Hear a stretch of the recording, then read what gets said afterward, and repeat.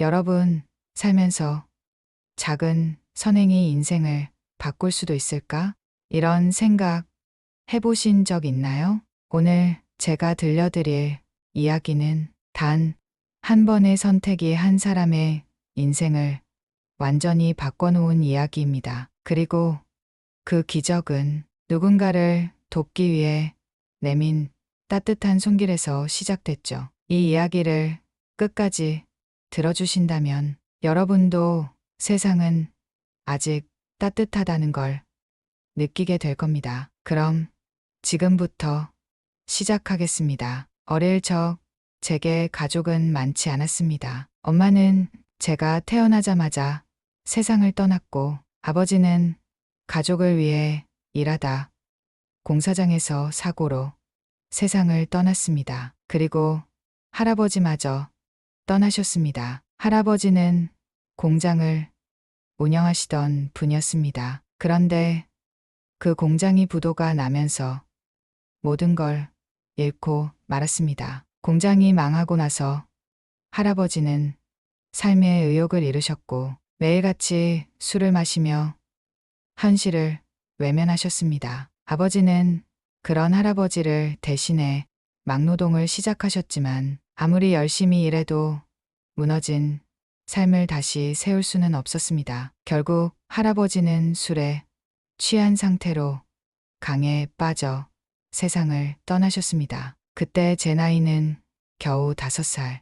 그리고 얼마 지나지 않아 아버지마저 공사장에서 사고를 당해 세상을 떠나셨습니다. 그렇게 저와 할머니만 남겨졌죠. 그때부터 할머니는 오직 저 하나만을 바라보며 살아가셨습니다. 그 작은 몸으로 저를 안아주시고 제게 엄마와 아빠가 되어주셨죠. 하지만 세상은 그렇게 따뜻하지만은 않았습니다. 우리는 가진 것이 없었고 살아가기 위해선 할머니가 돈을 벌어야 했습니다. 그때부터 할머니는 시장 한 구석에서 야채 장사를 시작하셨습니다. 장사가 잘 될 때도 있었지만 비 오는 날이면 장사를 하지 못해 띠니를 굶어야 할 때도 많았습니다. 그런 상황에서도 할머니는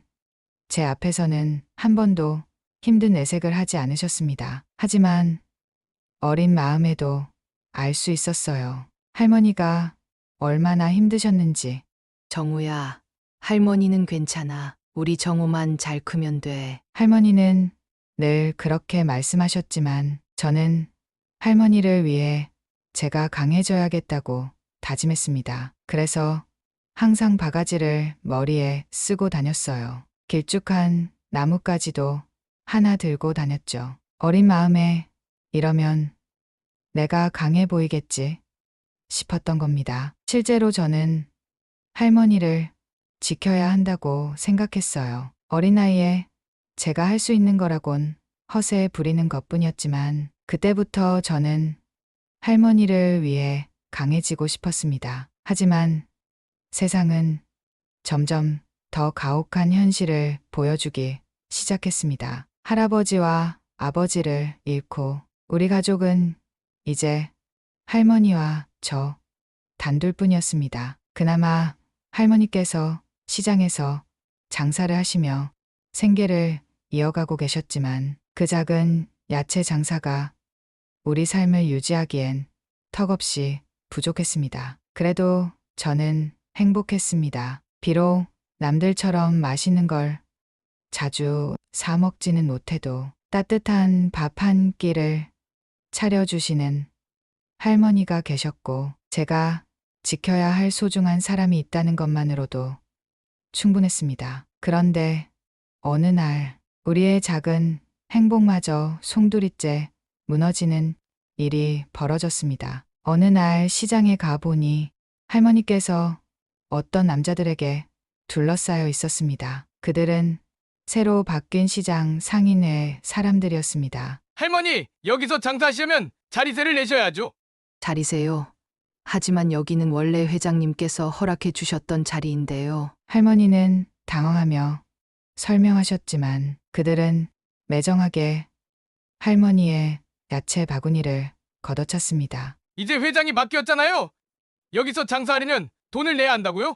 바닥에 나뒹구는 야채들을 보고 저는 눈이 뒤집혔습니다. 할머니가 얼마나 고생하며 마련한 것들인데 저는 주먹을 꽉 쥐고 달려들었습니다. 야, 너희들 뭐 하는 거야? 할머니한테 손대지 마. 어린아이의 외침 따위 그들에게는 아무런 위협도 되지 않았습니다. 오히려 그들은 비웃으며 저를 내려다보았습니다. 어디서 꼬맹이가 끼어들어? 할머니나 잘 챙겨라. 꼬마야.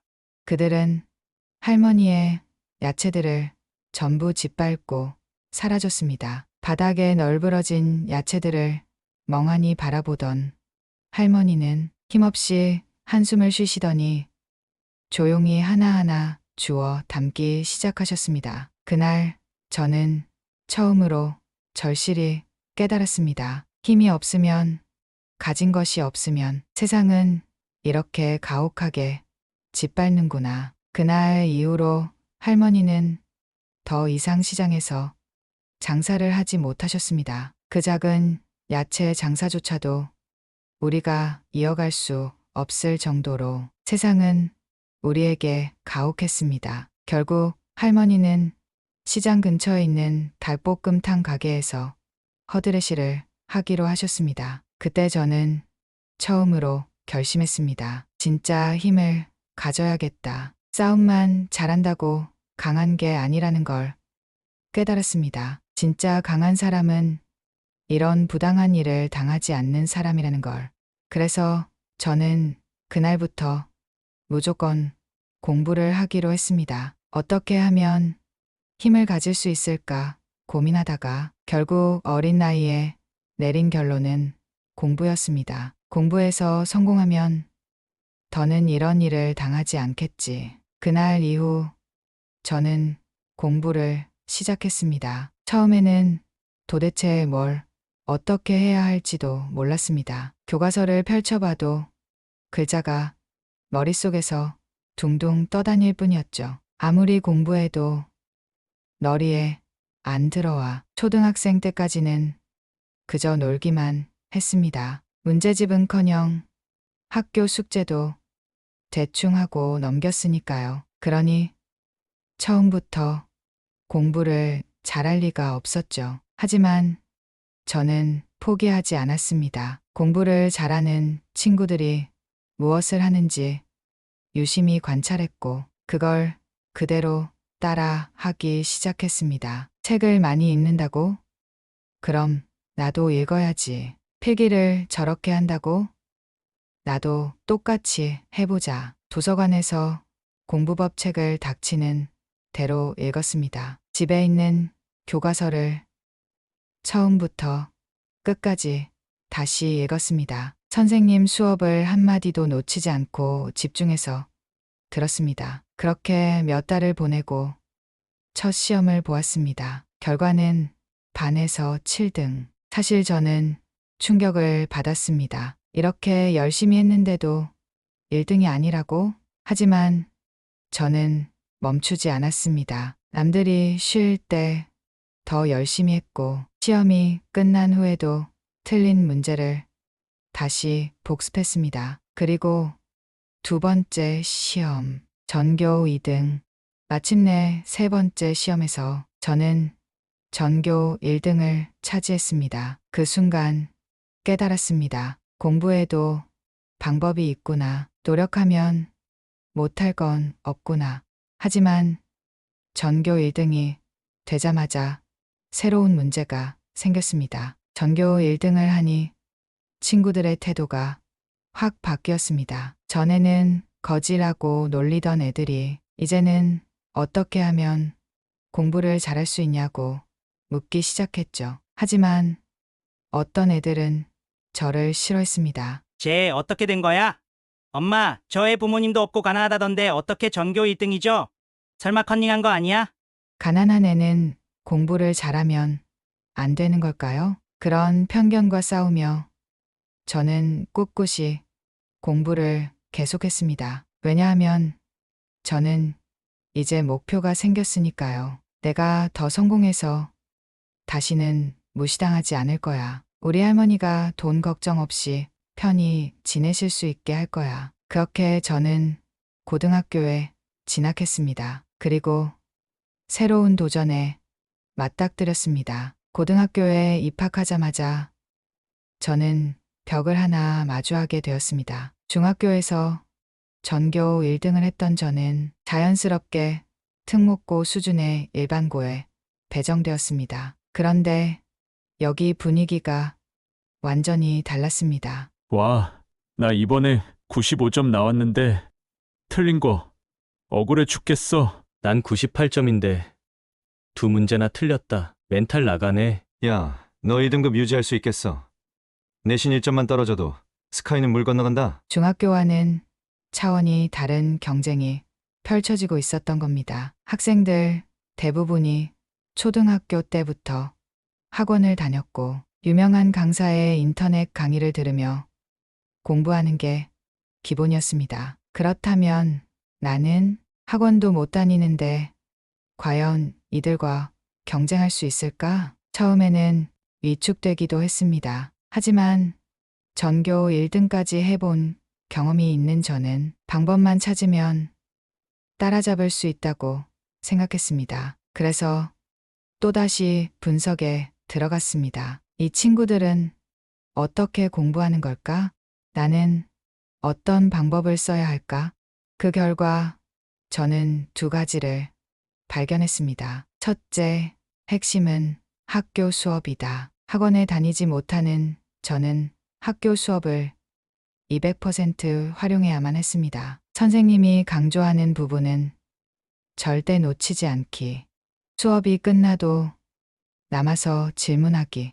둘째, 오답 노트를 무조건 만든다. 틀린 문제를 분석하고 또 분석하자. 실수한 유형을 반복하지 않도록 철저히 대비하자. 이 전략을 세운 뒤 저는 매일 학교에서 제일 늦게까지 남아 있었습니다. 도서관이 문 닫을 때까지 공부하고 밤 11시가 넘어서야 집으로 돌아갔죠. 결과는 첫 시험에서 전교 8등, 두 번째 시험에서 전교 3등, 그리고 세 번째 시험에서 마침내 전교 1등을 다시 차지했습니다. 고등학교 1학년 때 담임 선생님께서 말씀하셨습니다. 너 정도면 충분히 장학금 받고 대학 갈 수 있어. 내 성적이라면 스카이도 가능하다. 대학교 때까지 저는 대학을 가야겠다는 생각을 해본 적이 없었습니다. 그냥 열심히 공부하는 것 자체가 목표였으니까요. 하지만 선생님의 한마디가 제 인생을 바꿔 놓았습니다. 공부를 더 잘하면 할머니가 돈 걱정 없이 살 수 있겠구나. 그때부터 저는 새로운 목표를 세웠습니다. 무조건 서울대에 가자. 등록금 걱정 없이 장학금을 받고 가자. 그렇게 고3이 되었고 수능을 앞두게 되었습니다. 하지만 인생은 언제나 뜻대로 되지 않는 법이었죠. 수능 전날 밤 저는 너무 긴장해서 쉽게 잠들지 못했습니다. 드디어 내일이구나. 그동안의 노력이 머릿속을 스쳐 지나갔습니다. 서울대 가면 할머니가 더는 힘들게 일하지 않아도 돼. 무조건 1등급을 받아야 해. 그렇게 겨우 잠들었지만 아침 5시 반이 되자마자 눈이 번쩍 떠졌습니다. 거실로 나가보니 할머니가 이미 주방에서 분주하게 움직이고 계셨습니다. 정호야, 도시락 싸야지. 우리 정호 먹고 싶은 거 다 싸줄게. 할머니는 전날 사둔 새 도시락 통에 정성스럽게 반찬을 담고 계셨습니다. 저는 그 모습을 보며 다짐했습니다. 그래, 내가 꼭 잘 봐야 해. 그렇게 저는 학교를 향해 길을 나섰습니다. 긴장되는 마음을 가라앉히려 조용히 숨을 들이쉬며 걸었습니다. 하지만 그때였습니다. 빵빵. 뒤에서 차 경적 소리가 요란하게 울렸습니다. 할머니, 위험해요. 할머니 한 분이 신호등 없는 도로를 건너고 계셨는데 한 차량이 빠른 속도로 돌진하고 있었습니다. 순간적으로 몸이 반응했습니다. 저도 모르게 뛰쳐나가 할머니를 밀어냈고 그 순간 강한 충격이 느껴졌습니다. 순간적으로 공중에서 한 바퀴 돌고 도로 바닥에 세게 부딪혔습니다. 너무 아파서 비명이 절로 나왔습니다. 으아! 정신을 차려보니 다리가 움직이지 않았습니다. 응급실로 실려간 저는 아취에서 깨어나자마자 다리를 확인했습니다. 깁스를 한 채 침대에 누워있는 내 모습, 온몸이 욱신거리며 감각이 둔한 상태, 그리고 시계를 보니 오후 5시. 순간 머릿속이 하얘졌습니다.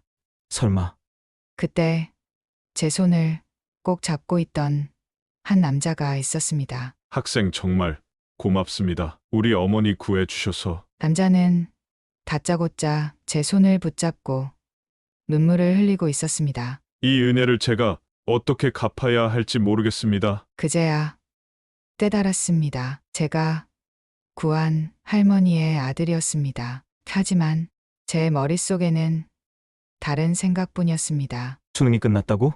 내가 3년을 준비한 시험인데? 그럼 내 꿈은?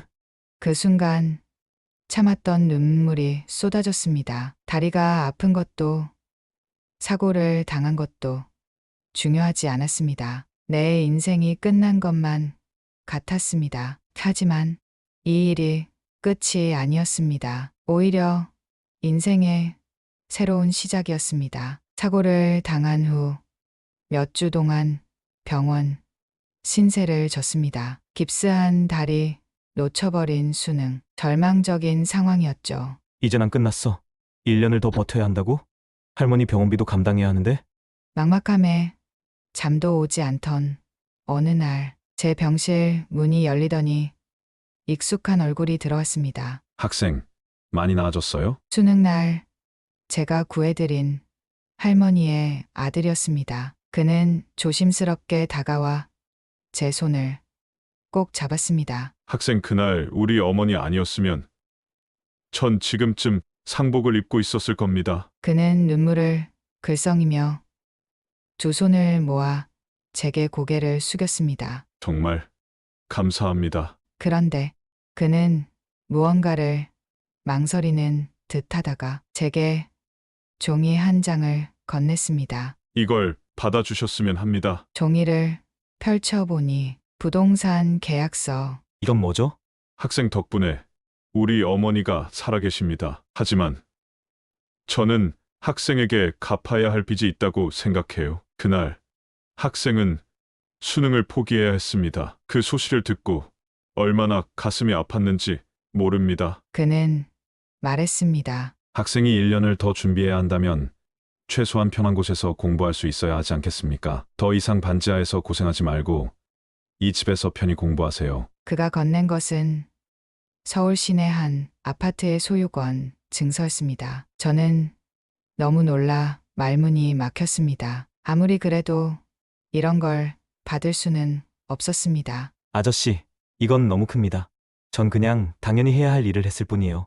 하지만 그는 고개를 저었습니다. 아닙니다. 학생 덕분에 제 어머니가 살아계시고 제 가족이 행복할 수 있었습니다. 그러니 이건 당연히 드려야 합니다. 저는 결국 그의 진심을 받아들이기로 했습니다. 그럼 이건 빌리는 걸로 할게요.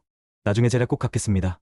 이제부터 다시 시작이다. 그렇게 저는 반지하에서 벗어나 서울 시내 아파트에서 공부할 수 있게 되었습니다. 그리고 1년 후 재수 끝에 서울대학교에 합격했습니다. 이제야 시작이야. 할머니와 행복한 삶을 살 거야. 서울대학교에 합격한 후 저는 과외를 하며 생활비와 할머니의 병원비를 감당했습니다. 과외는 점점 늘어났고 돈을 모으면서 조금씩 안정된 삶을 되찾아갔습니다. 그러던 어느 날 새로운 과외 학생을 맡게 되었죠. 주소를 보니 서울에서도 손꼽히는 고급 주택가. 어떤 학생이길래 이런 곳에서 살지? 엄청 잘 살겠네. 버릇 없으면 어쩌지? 긴장한 채 배를 눌렀습니다. 문이 열리고 학생의 어머니가 환하게 웃으며 맞아주셨습니다. 선생님, 어서 오세요. 그리고 뒤에서 나온 학생, 어딘가 익숙한 얼굴. 어? 그 순간 뒤에서 한 남자가 등장했습니다. 깔끔한 정장 차림, 선한 눈빛. 제가 구해드렸던 그 할머니의 아들, 저에게 아파트를 선물해준 바로 그 아저씨였습니다. 학생, 그는 저를 보자마자 눈물을 글썽이며 다가왔습니다. 그리고 제 손을 꽉 붙잡고 믿기지 않는다는 듯 저를 바라봤습니다. 어떻게 여기서 다시 만나죠?